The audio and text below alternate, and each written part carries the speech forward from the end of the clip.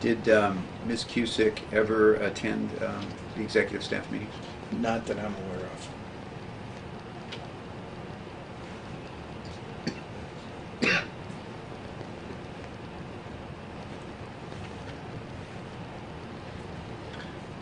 Other than the interaction with Ms. Cusick that you described regarding her desire to attend executive staff meetings, did you have any other meetings or direct interactions with her? Oh, yes, sir. About how often during the time that she was at the fire department? At first, it was providing routine paperwork and some explanations, but I can vividly recall before I went to the Attorney General that in her, excuse me, in her office, she, in expletive deleted terms, described the work effort and value of Brian Lee, the work effort and value of Lawrence Schultz, the work effort and value of Thomas Hurley, who's now retired. And I would gladly go into exactly the comments she made, but none of them are for prime time. Everyone was pretty much an expletive deleted about their abilities, about their intentions, about any interaction she's ever had with them. And I've never heard a person string together a group of cuss words like Teresa Cusick did, and it caught me completely off guard. And you know, it's not that I feel like I've, over the 40 years, have earned a lot of respect. To open up a discussion like she did that day, not only did I find it out of character, I even questioned what her value was as an attorney in general. So that meeting was about the last meeting I could tolerate before I made a beeline to talk to Attorney General Singer with my complaints about the inability to work with Teresa Cusick, the inability to value her, the inability to trust in what she was doing, and it was pretty obvious the tension and friction that existed amongst the staff. I had to have relief. When did the meeting that you've just described in your testimony take place? The day or two before I met with the Attorney General, which would have been the day that Ms. Cusick was transferred to another city agency. So I apologize, I don't know the dates, but it would be easy to make those determinations. So you say it was this meeting that you were just describing was a day or two before Ms. Cusick was transferred to the Office of Attorney General? Objection to form. There's nobody testified to. You can. The way it worked was, the very last straw was Ms. Cusick demeaning the executive staff and the three people named. No, I understand that. She I'm just ran trying to it get out. the timing down. Okay, the timing would have been a day or two before I visited with the Attorney General of the District of Columbia, and she had with her a gentleman by the name of David Rubinstein, who I think at the time was the number 2 person in her office. That day, I believe Ms. Cusick was transferred to another department. Exactly what that department is or was, it didn't matter to me, other than the fact that she was going to leave the department and we were going to get another general counsel. So if you were to find that day that she was transferred, that's the day I spoke to Linda Singer, and no more than 2, maybe 3, but I think it was a day or 2 before she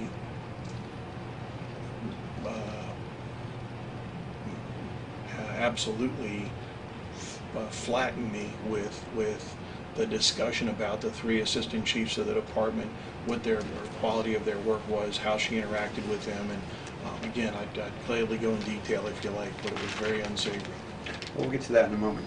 But I appreciate the explanation on the timing. Sure. Now, was anyone else present when Ms. Cusick allegedly made these statements about Assistant Chiefs Lee, Schultz, and Hurley?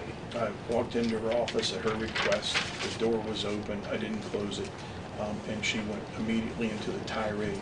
She was physically shaken. I don't think a single soul was close by.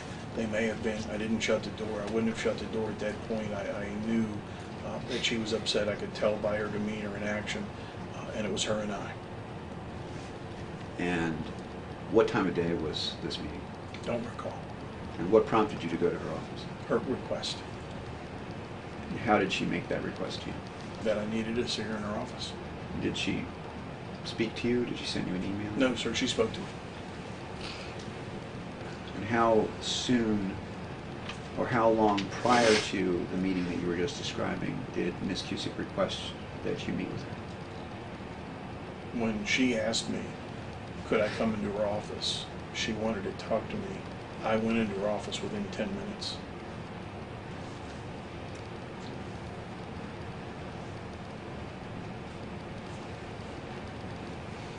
Now tell me, if you can recall, what happened when you first entered the office. Did you say anything? Did she say something? I as tentatively as one could, looked at her with the expectation of what do you need, what do you want, and then she went into a description of what rotten bastards, but that's a mild way of putting it, the three individuals that she described were.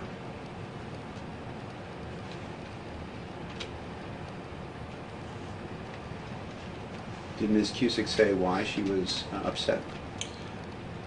You know, she described that the bastards were against her from the start, that this is years of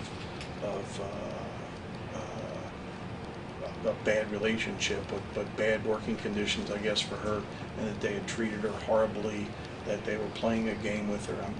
I wasn't sure of the background, but it evolved around the fact that the three people she had a pretty big disconnect with and a lot of contempt for.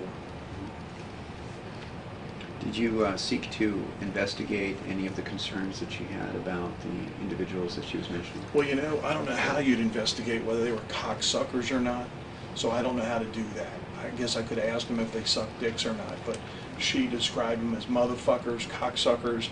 I can go on. When a person loses that level of control in my business, you usually don't put any value behind it. She was visibly shaken. She went on, but there was nothing professional, nothing that I could work on. There was no specifics in terms of time, date, and place. There was no action taken against her that she described, such as sexual harassment or any other kind of concerns. But she went into a tirade with each and every one of their names that I've never experienced that. I've been in this business for more than 40 years, and I've never had a subordinate talk to me in those terms about another subordinate, and especially an attorney. I was, to say that I was flat-footed or overwhelmed and knew at that moment that Teresa was the one that wasn't going to fit in and where I was headed, that was convincing. It was the most compelling evidence that I could possibly garner or put forth with anybody. So I never checked out whether they were cocksuckers and motherfuckers or not. Well, I appreciate your effort to get those things on the record, but let's go back.